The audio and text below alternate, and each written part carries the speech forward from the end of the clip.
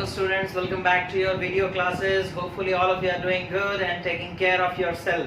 Okay, students, आज हम लोग एक बहुत ही important chapter start करने जा रहे हैं physics का, that is current electricity, है ना। अब तक बच्चों हम लोग जो भी पढ़ रहे थे वो मतलब चार्ज पार्टिकल्स जो हैं वो रेस्ट में रहते थे, है, that is static इलेक्ट्रिसिटी के बारे में हम लोग पढ़ रहे थे, किस तरीके से इलेक्ट्रिक फील्ड क्रिएट होता है, किस तरीके से पोटेंशियल डेवलप होता है, इन सारी चीज़ों के बारे में हम लोग डिस्कशन कर रहे थे। आज के टॉपिक में हम लोग डिस्कशन करेंगे बच्चों करंट इलेक्ट्रिसिटी के बारे में, जो कि बहुत ही इंपॉर्टेंट टॉपिक है आपके बोर्ड के हिसाब से, बोर्ड एग्जामिनेशंस के हिसाब से भी ये बहुत इंपॉर्टेंट टॉपिक है। तो अच्छे से वीडियो को देखें और समझने की कोशिश करें, ठीक है। तो आज हम लोग कौन सा टॉपिक स्टार्ट करेंगे, that is current electricity.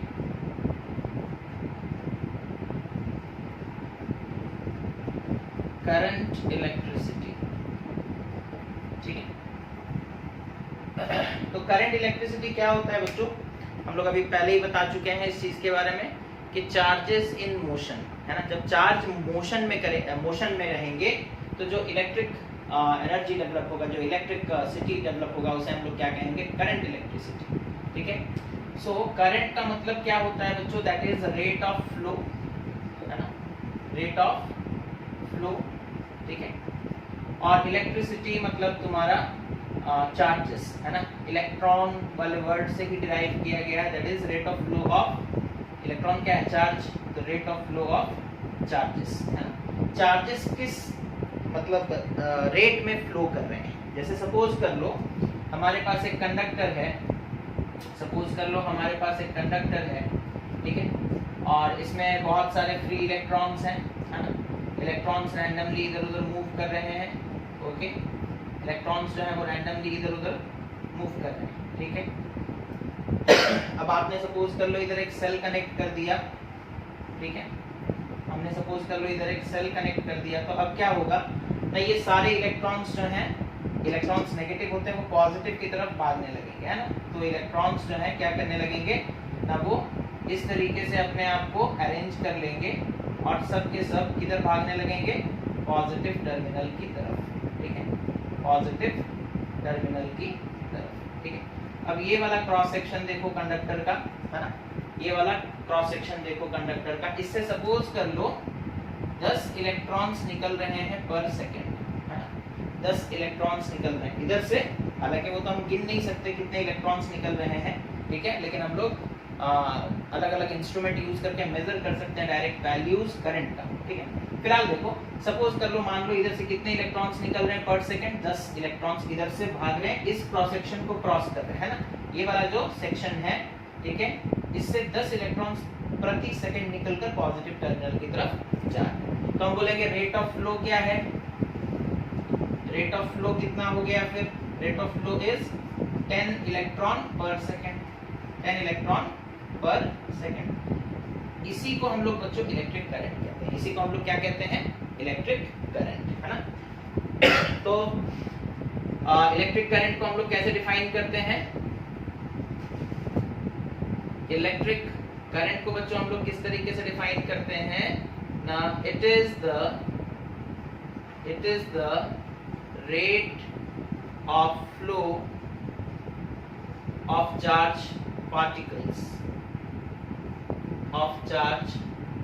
particles, okay, through a conductor,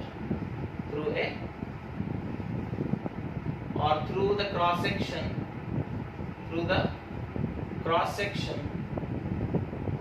of a conductor,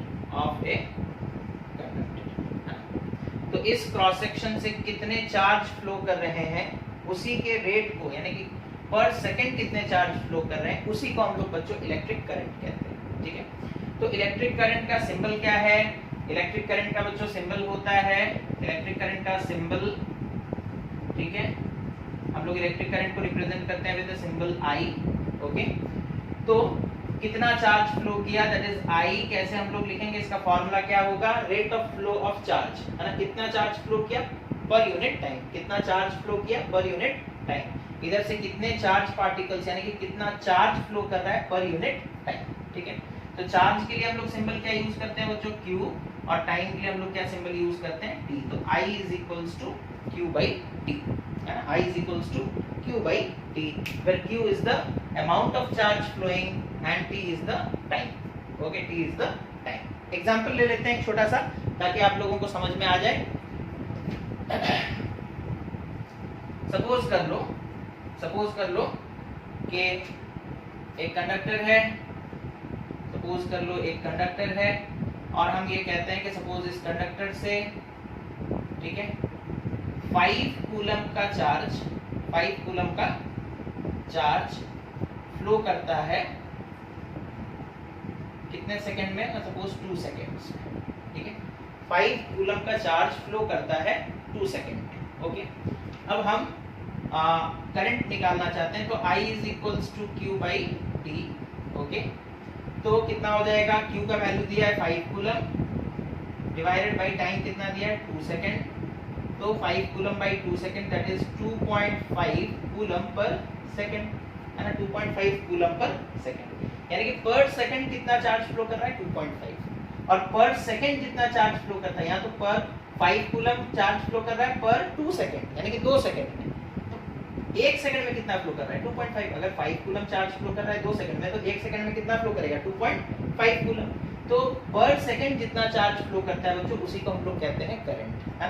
तो यहाँ पर I का वैल्यू कितना निकल कर आया, that is 2.5 coulomb per second, है ना, कूलम पर सेकंड। अब हम लोग बात करेंगे बच्चों यूनिट ऑफ करंट, है ना, unit of current, SI unit of current, ठीक है, SI यूनिट ऑफ करंट, है ना।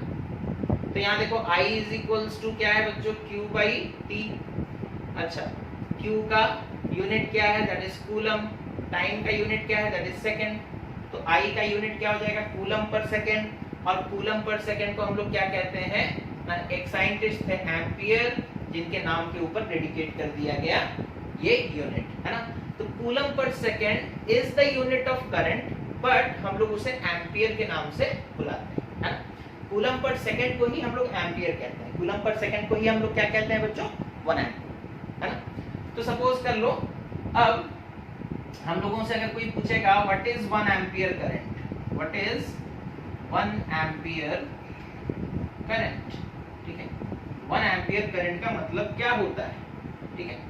तो हम उसे ऐसे बोलेंगे, जैसे कि सपोज कर लो हम लोग यहाँ पर फॉर्मूला देख सकते हैं कि एम्पियर इज इक्वल्स टू, या फिर I इज इक्वल्स टू, यहाँ से देखो स्टार्ट कर रहे हैं Q बाई टी, ठीक है, ये सिंबल हो गया, है ना, I करंट का सिंबल, Q चार्ज का सिंबल, T टाइम का सिंबल, सिंबल्स की जगह यूनिट रख दो, है ना। I दैट इज करंट, तो करंट का unit ampere, Q that is charge, तो चार्ज का unit coulomb, T that is time, तो टाइम का यूनिट सेकंड, तो ampere is equal to coulomb by second, और 1 ampere is equal to 1 coulomb by 1 second, है ना। इस तरीके से हम लोग लिख सकते हैं। देखो इस तरीके से फॉर्मूला से अगर डेफिनेशन याद रखोगे तो ज्यादा अच्छे से याद रहेगा, है ना। इसी के लिए फॉर्मूला क्या है, I is equals to Q by T, ये याद रहा। जो सिंबल के आकार में हम लोग फॉर्मूला लिखे, उनके जगह उनका यूनिट लिख दो, करंट का यूनिट एम्पियर, चार्ज का यूनिट कूलम, टाइम का यूनिट सेकंड, ठीक है। अब 1 मल्टीप्लाई कर दो, 1 तो किधर भी मल्टीप्लाई कर दो कोई फर्क नहीं पड़ने वाला, कोई वैल्यू तो चेंज नहीं हो जाता, है ना। तो 1 एम्पियर करंट का मतलब होता है 1 coulomb of charge flowing per second, 1 coulomb of charge flowing per second. Okay, तो यहाँ पर देखो डेफिनेशन हम लोग लिखेंगे, एम्पियर का डेफिनेशन क्या है 1 एम्पियर का ना, यहाँ पर देखो इस चीज को हम पहले यहाँ कॉपी कर ले रहे हैं, 1 ampere is equals to 1 coulomb by 1 second. इसका मतलब क्या है ना, अगर 1 coulomb charge, if 1 coulomb of charge, okay, is flowing through the cross section, is flowing through the cross section of a conductor, okay, suppose कर लो एक conductor है, उसका ये क्रॉस सेक्शन, अगर यहाँ से सपोज कर लो 1 कूलम का चार्ज फ्लो करता है पर सेकेंड, है ना। If 1 coulomb of charge is flowing through the cross section of a conductor in 1 second, then the current produced, or then the electric current produced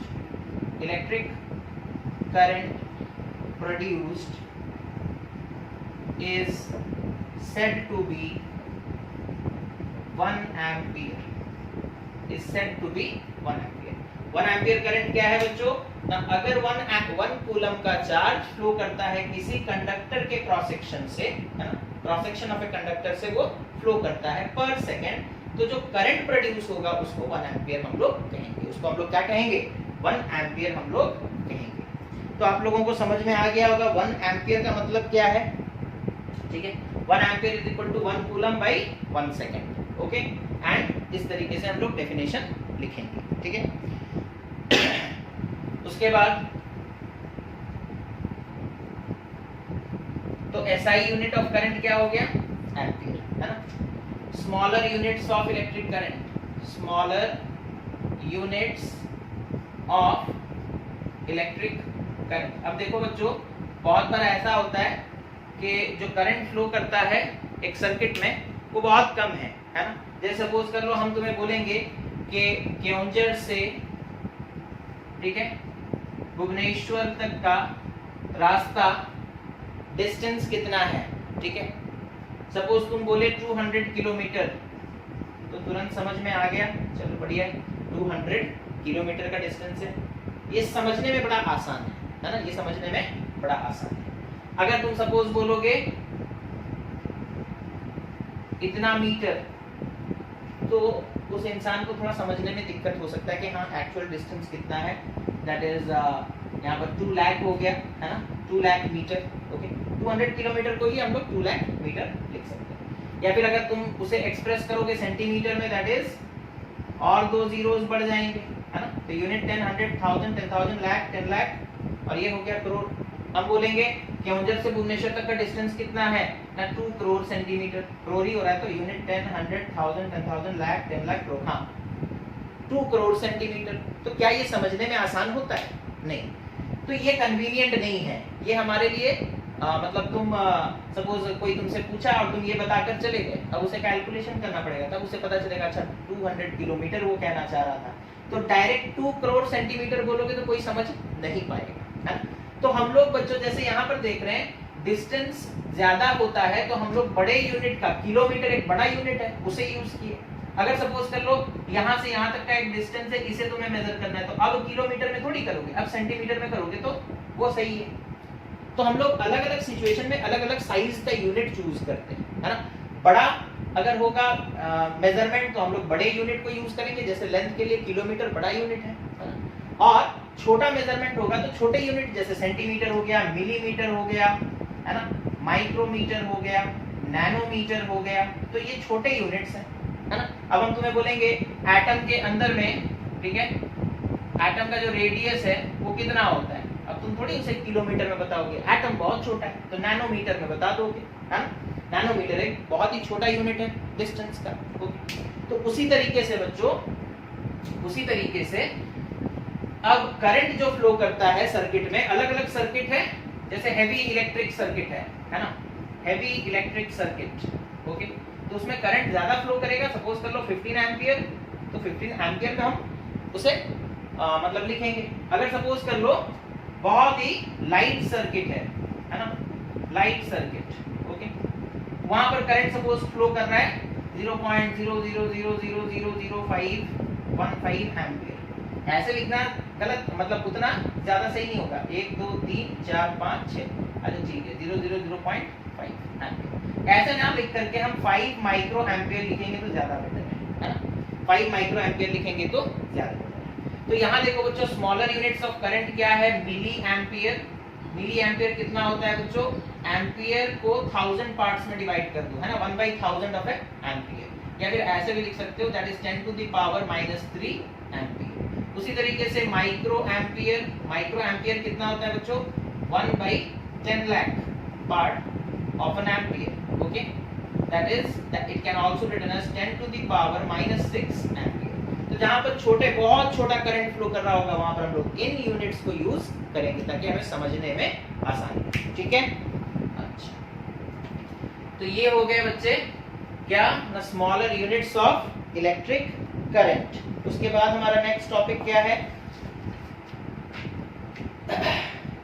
conventional and electronic current, है ना। हमारा next topic क्या है, conventional and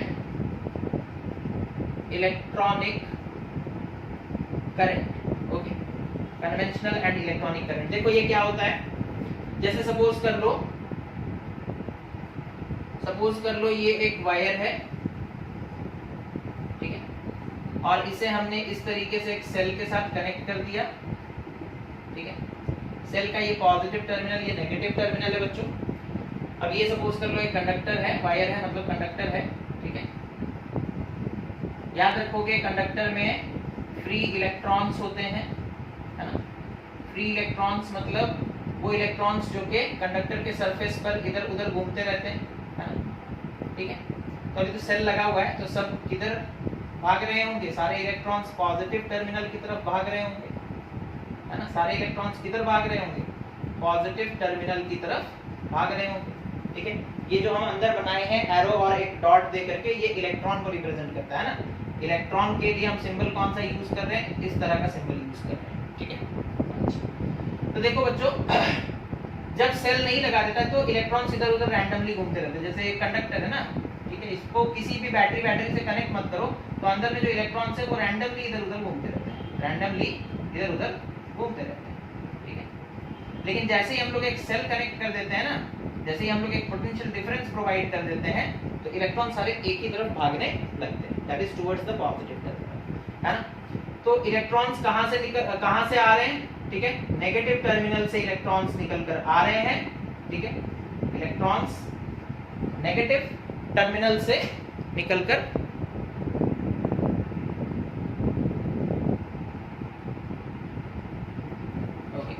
तो electrons कहां से निकलकर आ रहे हैं बच्चों, नेगेटिव टर्मिनल से निकलकर आ रहे हैं और पॉजिटिव टर्मिनल की तरफ भाग रहे हैं, नेगेटिव से निकलकर आ रहे हैं और पॉजिटिव की तरफ भाग रहे हैं, ठीक है। तो ये है इलेक्ट्रॉनिक करंट। इलेक्ट्रॉनिक करंट कहां से कहां फ्लो करता है बच्चों, इलेक्ट्रॉन का करंट, है ना, that is electronic current. Electronic current moves from negative terminal to positive terminal, है ना। इलेक्ट्रॉनिक करंट कहां से कहां मूव करता है, इलेक्ट्रॉनिक यानी कि इलेक्ट्रॉन का करंट, ठीक है, कहां से कहां मूव करता है, negative to positive terminal, negative to positive terminal, okay. अच्छा, लेकिन जो हम लोग बाई कन्वेंशन मानते आए हैं, है ना, कन्वेंशन मतलब समझते हो, तो जो चलता हुआ आ रहा है ट्रेडिशन में हमारा, ठीक है, जो हम लोग बाई कन्वेंशन मानते हुए आए हैं बच्चों, वो क्या है, हमारा ये मानना है कि जो पॉजिटिव टर्मिनल है ना, ये पहले से माना जा चुका था, ठीक है। इलेक्ट्रॉन का कंसेप्ट जब आया था उससे पहले से हम लोग ये मानते थे कि जो पॉजिटिव टर्मिनल है वो हाईयर पोटेंशियल पर है, हाईयर पोटेंशियल पर है, और नेगेटिव टर्मिनल जो है वो लोअर पोटेंशियल पर है। और कन्वेंशन के हिसाब से ये मान्यता था कि करंट जो है, इलेक्ट्रिक करंट, वो पॉजिटिव टर्मिनल से नेगेटिव टर्मिनल की तरफ।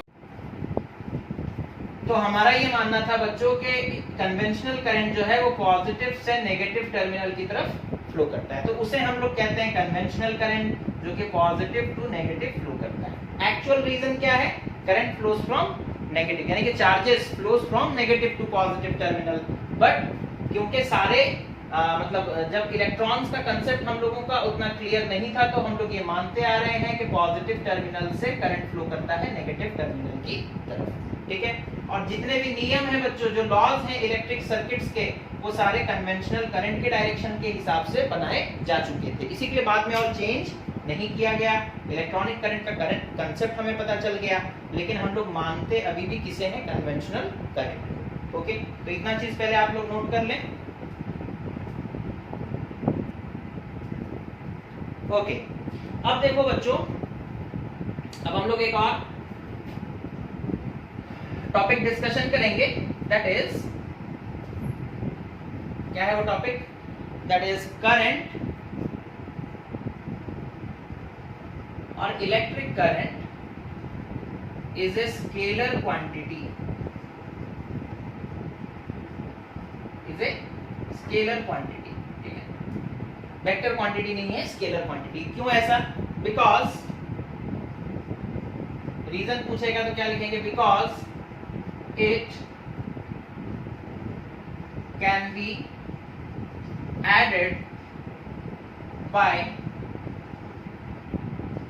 नॉर्मल algebraic रूल्स, है ना? वेक्टर के रूल्स इनके ऊपर नहीं लगते हैं, ठीक है। जैसे सपोज कर लो एक करंट इधर से फ्लो करता हुआ आ रहा है 5 एम्पियर और एक करंट सपोज इधर से फ्लो करता हुआ आ रहा है सपोज 6 एम्पियर, दोनों यहाँ पर मिले और इधर से एक वायर गया तो टोटल करंट कितना फ्लो करेगा इसमें? 11 एम्पियर, ठीक है। इनके इन दोनों वायर्स के बीच में मान लो एंगल कितना है? 60 डिग्री। अब हम लोग क्या करेंगे ना, इन दोनों वायर्स के बीच में एंगल जो है उसे थोड़ा बढ़ा देते हैं, ठीक है। सपोज कर लो एक वायर इधर से आया, ठीक है, और दूसरा वायर इधर से आया, ठीक है। इनके बीच में अब सपोज कर लो एंगल कितना है? 110 डिग्री। इधर से आया बच्चों 5 एम्पियर का करंट, इधर से आया सपोज कर लो 6 एम्पियर का करंट और दोनों यहाँ पर मिले और एक वायर के थ्रू गए, तो यहाँ पर भी आंसर कितना होगा? 11 एम्पियर। तो हम लोग यहाँ पर देख रहे हैं कि दोनों वायर्स के बीच में एंगल चेंज कर रहे हैं लेकिन रिजल्टेंट चेंज नहीं हो रहा है। 5 एम्पियर इधर से आया, 6 एम्पियर इधर से आया, दोनों मिल गए, बन गए कितने? 11 एम्पियर। इधर से 5 एम्पियर आया, इधर से 6 एम्पियर आया, दोनों मिल गए, बन गए कितना? 11 एम्पियर। तो एंगल्स डिफरेंट है लेकिन रिजल्ट सेम है। वेक्टर में आप लोगों को याद होगा, अगर एक वेक्टर इधर से आ रहा है ऐसे, दूसरा वेक्टर इधर से आ रहा है ऐसे, इनके बीच में एंगल सपोज 60 डिग्री है, तो रिजल्टेंट, ठीक है, सपोज कर लो कितना आ रहा है? रिजल्टेंट इस तरीके से कुछ एक आया, ठीक है। अगर आप एंगल को चेंज कर दोगे तो रिजल्टेंट चेंज हो जाता था या नहीं? सपोज एंगल 100, सपोज कर लो एंगल कितना कर दिए? 110 डिग्री कर दिए, है ना? दोनों वेक्टर्स के बीच में एंगल को चेंज कर दिए, तो एंगल चेंज होता था तो वेक्टर में रिजल्ट चेंज हो जाता था। लेकिन करंट के केस में ऐसा नहीं होता। करंट के केस में एंगल चाहे जितना भी हो, अगर इधर से 5 एम्पियर इधर से 6 एम्पियर आया तो रिजल्ट हमेशा कितना होगा? 11 एम्पियर ही होगा। So that is why current is a scalar quantity. Current is a scalar quantity, okay. अच्छा, अब हम लोग इतना कर लिए बच्चों आप लोग, ओके। तो अब हम लोग देख लिए कि करंट जो है वो चार्ज जब फ्लो करते हैं तो करंट प्रोड्यूस होता है। अब ये सवाल उठता है चार्ज फ्लो होगा कैसे? अपने आप हो जाएगा, है ना? तो कुछ तो हमें करना पड़ेगा, ओके।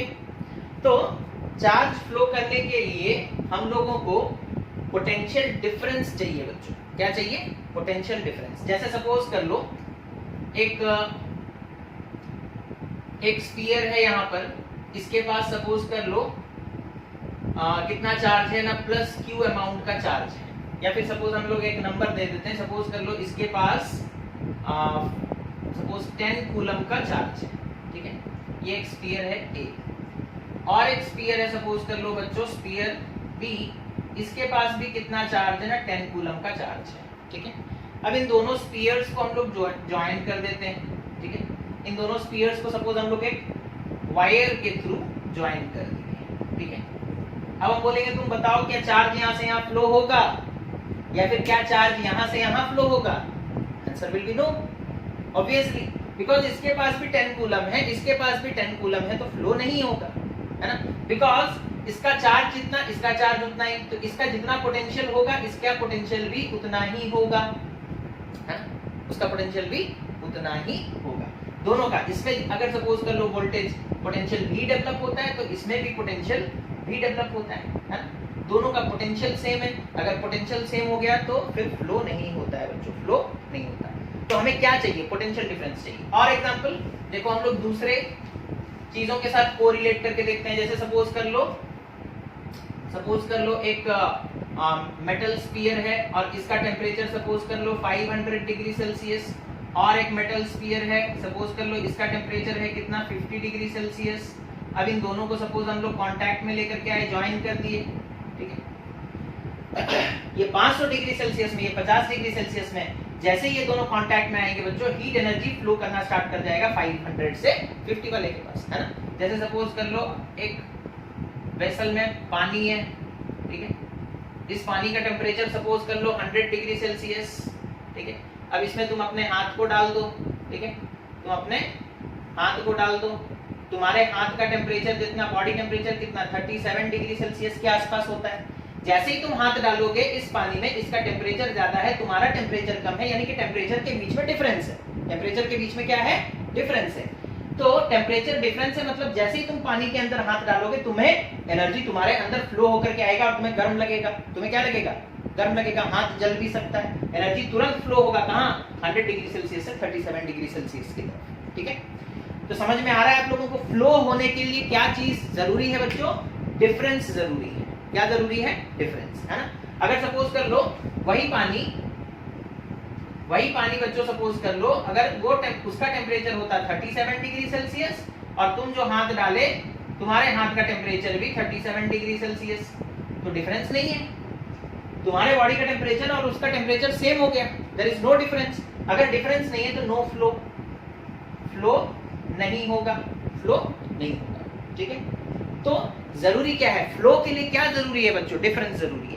चार्ज का फ्लो हो, हीट का फ्लो हो या किसी भी दूसरे तरह का फ्लो हो, है ना। जब हवा बहता है ना तो वो भी डिफरेंस की वजह से बहता है ना। तुम लोग सुने होंगे लो प्रेशर क्रिएट हो गया, लघु चाप, है ना। लघु चाप की वजह से बारिश हो रहा है तो क्या होता है? जब लघु चाप होता है एक जगह का प्रेशर घट जाता है, दूसरे जगह का प्रेशर ज्यादा होता है, तो प्रेशर में डिफरेंस क्रिएट हो गया, जिसके वजह से सपोज कर लो केओंझर में प्रेशर घट गया, जाजपुर में प्रेशर ज्यादा है, एयर प्रेशर, एटमॉस्फेयर का प्रेशर, है ना। तो क्या होगा? यहाँ का प्रेशर घट गया, उधर का प्रेशर ज्यादा है, डिफरेंस क्रिएट हो गया, तो वहां से हवा बहता हुआ केओंझर की तरफ आएगा। समझ में आ रहा है? तो फ्लो के लिए, किसी भी तरह का फ्लो हो बच्चों, डिफरेंस जरूरी है, डिफरेंस जरूरी है ना। तो इसी चीज को ध्यान में रखते हुए हम लोग यहाँ पर क्या बोल सकते हैं ना, इन ऑर्डर टू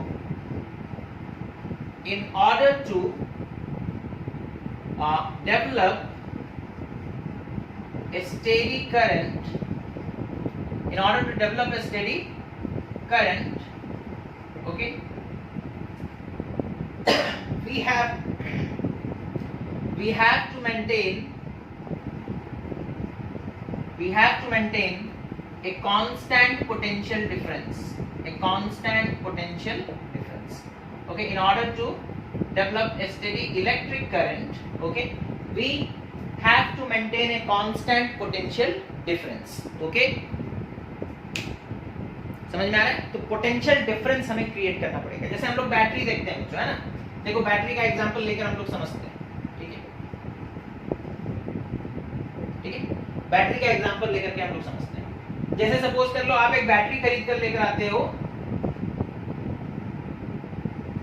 टॉर्च वॉर्च में लगाते हैं ना हम लोग बैटरी, ठीक है। एक बैटरी खरीद कर लेकर आए, बैटरी का बच्चों इधर होता है पॉजिटिव टर्मिनल और इस साइड में होता है नेगेटिव टर्मिनल, है ना।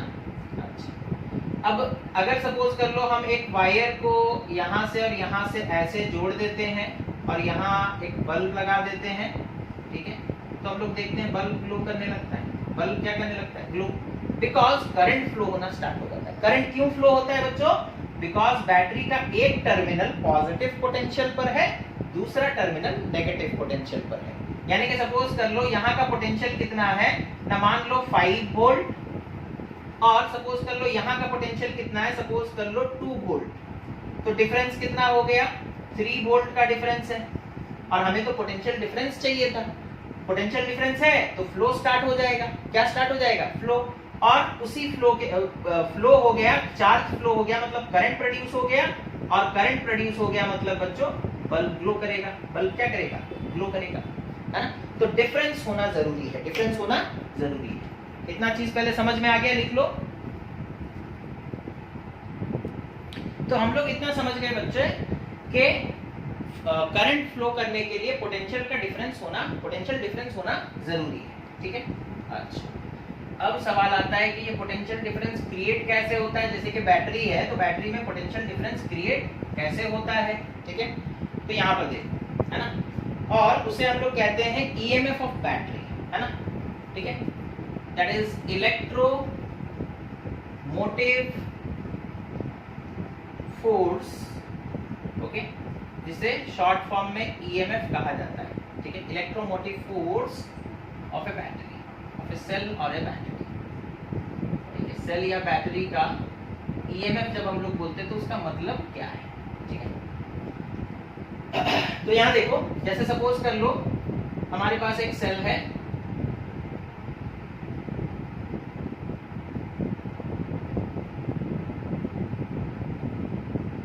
ओके। सेल के अंदर में हम लोग बोलते हैं कि सेल में एक पॉजिटिव टर्मिनल होता है और एक नेगेटिव टर्मिनल होता है। सेल में एक पॉजिटिव टर्मिनल होता है और एक नेगेटिव टर्मिनल होता है। ये पॉजिटिव टर्मिनल और नेगेटिव टर्मिनल बना कैसे बच्चों?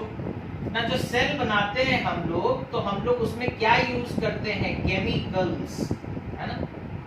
बैटरी या सेल किससे बनता है? केमिकल से बनता है, ठीक है। तो अंदर में बच्चों केमिकल्स हैं, केमिकल रिएक्शन होता है ना। क्या होता है? बैटरी या सेल के अंदर में, सेल या फिर बैटरी बोल लो, इसके अंदर में क्या होते हैं? केमिकल्स होते हैं। अंदर में केमिकल रिएक्शन होता रहता है, ठीक है। केमिकल रिएक्शन के वजह से एक फोर्स डेवलप होता है ना। और वो फोर्स क्या करता है? केमिकल रिएक्शन के वजह से एक फोर्स डेवलप होता है बच्चों। सपोज उस फोर्स को हम कहते हैं Fn, ठीक है। ये इलेक्ट्रिक मतलब इलेक्ट्रिक चार्जेस के वजह से ये फोर्स नहीं डेवलप हुआ, ये एक नॉन इलेक्ट्रिक ओरिजिन का फोर्स है। केमिकल रिएक्शन के वजह से, है ना, अंदर में कुछ रिएक्शंस हो रहे होंगे केमिकल्स के बीच में, तो एनर्जी प्रोड्यूस होता है। और एनर्जी जहां पर आएगा वो फोर्स यानी कि वर्क कर सकता है, फोर्स अप्लाई कर सकता है।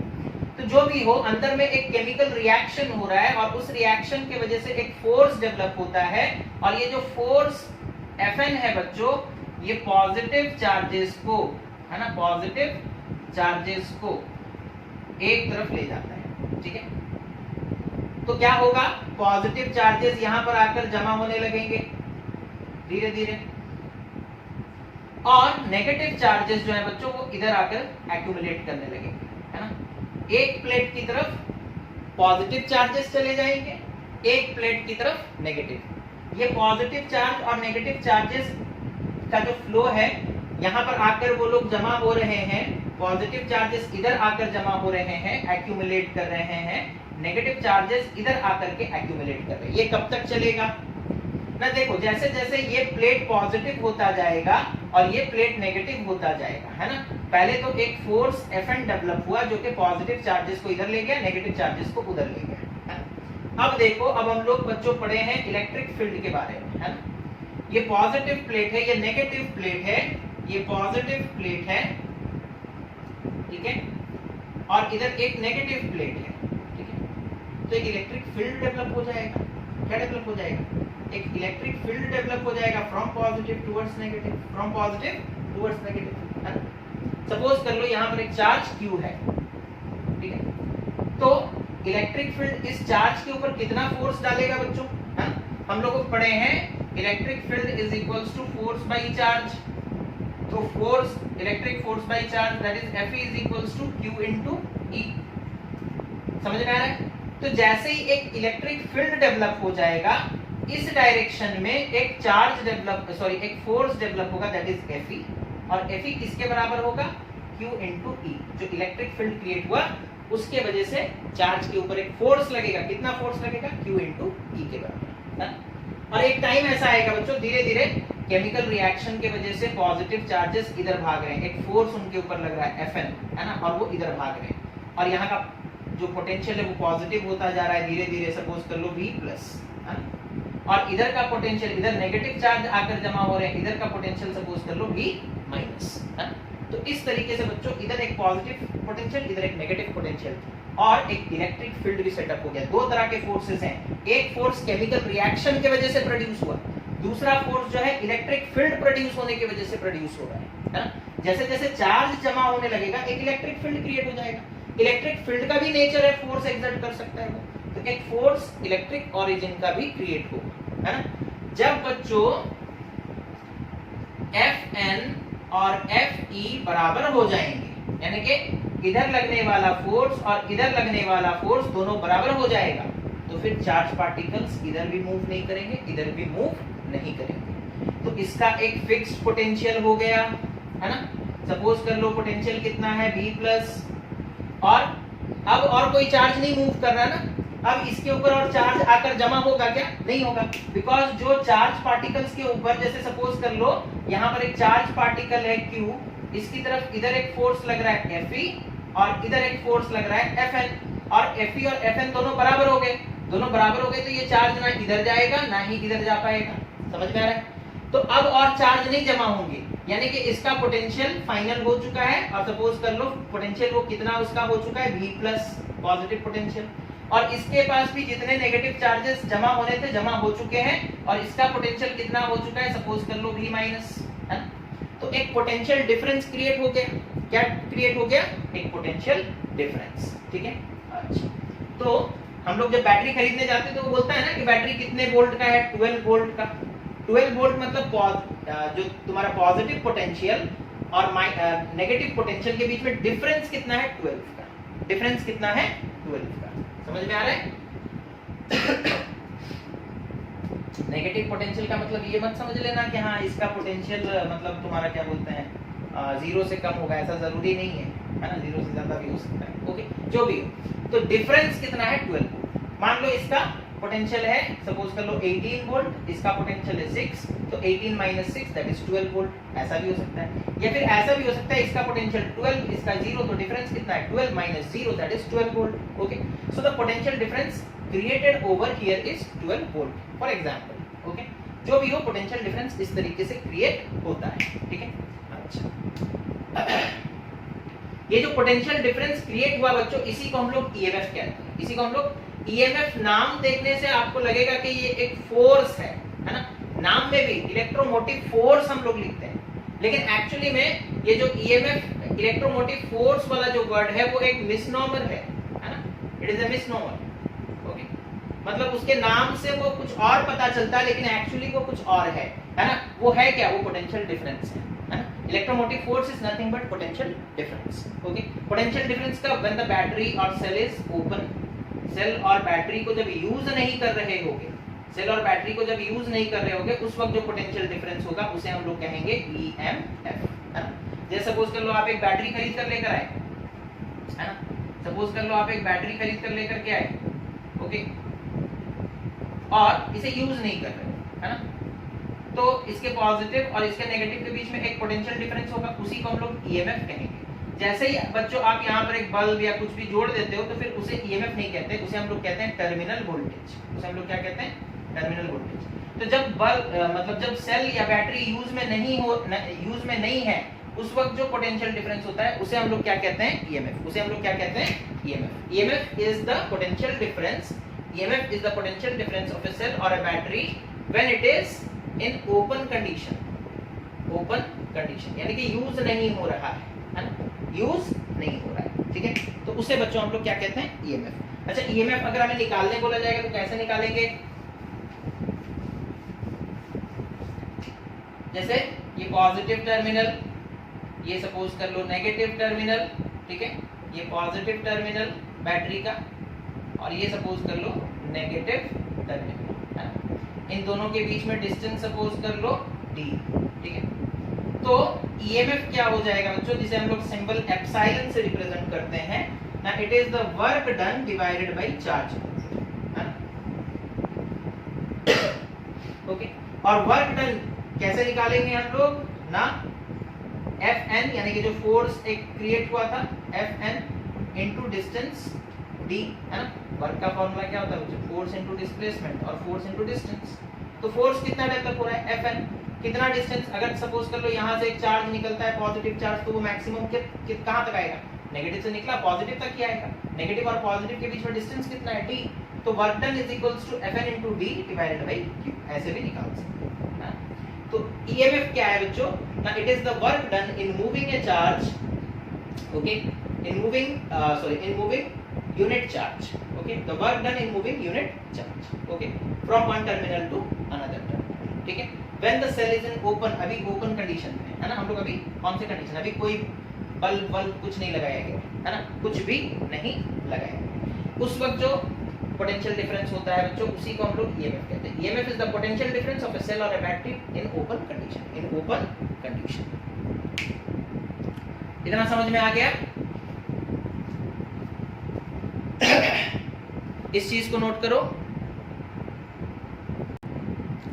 अब हम लोग ईएमएफ और जो टर्मिनल वोल्टेज है उनके बीच में डिफरेंस क्या है वो देखते हैं, ठीक है। ईएमएफ और टर्मिनल वोल्टेज इनके बीच में डिफरेंस क्या है, या फिर इलेक्ट्रोमोटिव फोर्स और पोटेंशियल डिफरेंस के बीच में डिफरेंस क्या है वो देखेंगे, ठीक है। ओके, सपोज कर लो बच्चों हम लोग एक सेल बना रहे हैं, ओके।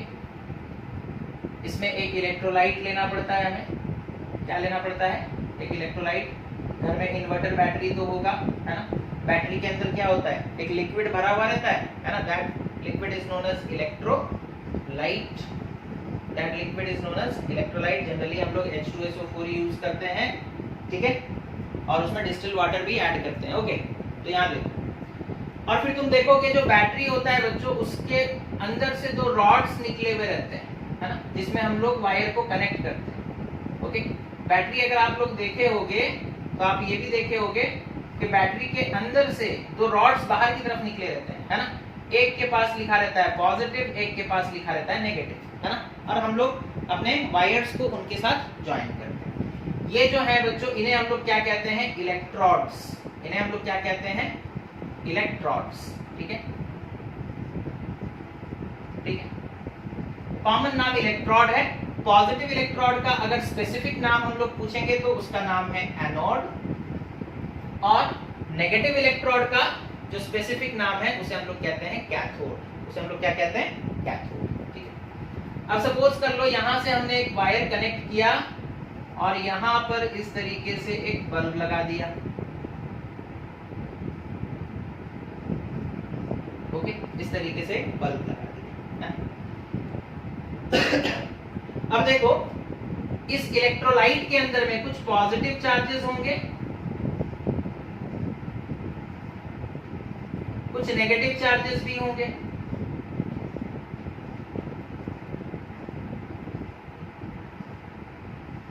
ठीक है। जो नेगेटिव चार्जेस हैं बच्चों वो पॉजिटिव इलेक्ट्रोड की तरफ अट्रैक्ट होंगे।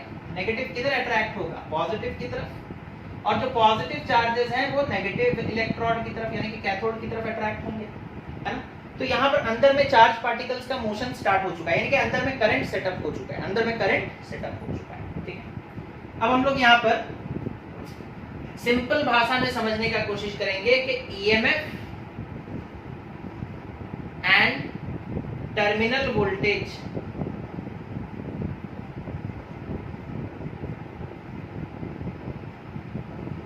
या फिर जिसे हम लोग पोटेंशियल डिफरेंस कहते हैं, ठीक है। ईएमएफ क्या है और पोटेंशियल डिफरेंस का मतलब क्या है, ठीक है।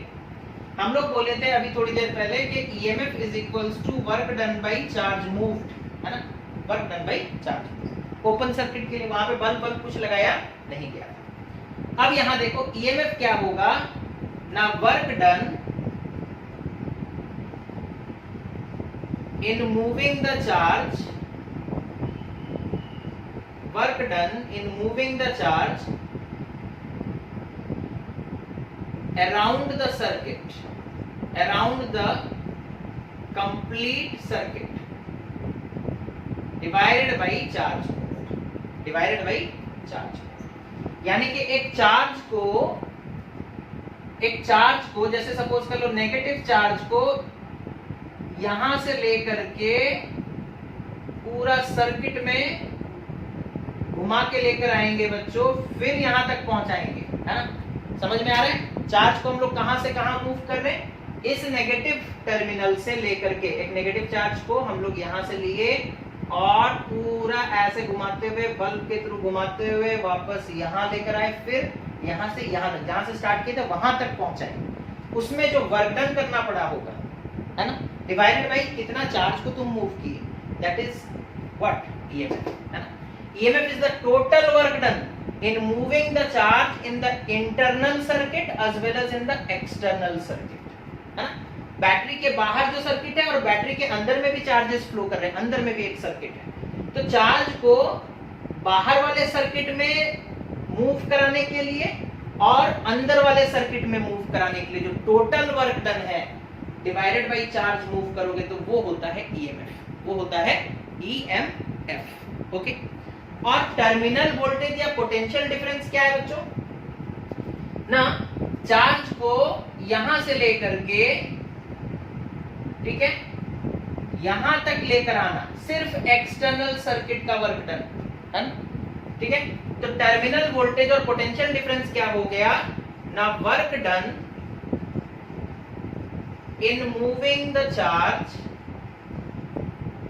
Work done in moving the charge in external circuit divided by the charge moved, कितना चार्ज मूव किए, ठीक है, ठीक है, यहां पे भी लिख सकते हो divided by the charge moved, कितना चार्ज मूव किए, समझ में आ रहा है।